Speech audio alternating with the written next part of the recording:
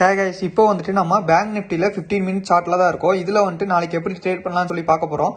இதில் வந்துட்டு இப்போ ஆல்ரெடி நேற்றே வந்து நம்மளுடைய ட்ரெண்ட் லைன் பிரேக் அவுட் கொடுத்து கொஞ்சம் சிவியர் ஃபால் ஆகி நம்மளுடைய 3 டார்கெட்ஸ் வந்து அச்சீவ் ஆயிருந்தா. இப்போ வந்துட்டு பார்த்தீங்கன்னா 41,500 சப்போர்ட் எடுத்து உங்களுக்கு இருக்கா. நாளைக்கு வந்து கேப் அப் ஓப்பன் ஆகிற சான்சஸ் நிறைய இருக்கு. ஸோ ஒருவேளை கேப் அப் ஓப்பன் ஆச்சுன்னா நீங்க பாருங்க 42,000க்கு மேல பிரேக் அவுட் கொடுத்தானா வந்துட்டு 42,200 வந்து ஃபர்ஸ்ட் டார்கெட்டா வச்சுட்டு கால் செட் ட்ரை பண்ணுங்க. 42,200 அப்படிங்கிற இந்த ரெசிஸ்டன்ஸ் ட்ரெண்ட் லைன் இருக்கு, அதை பிரேக் அவுட் கொடுத்தா வந்துட்டு 42,400 600 வச்சு டார்கெட் வச்சுட்டு நீங்க கால் செட் போய்க்கலாம்.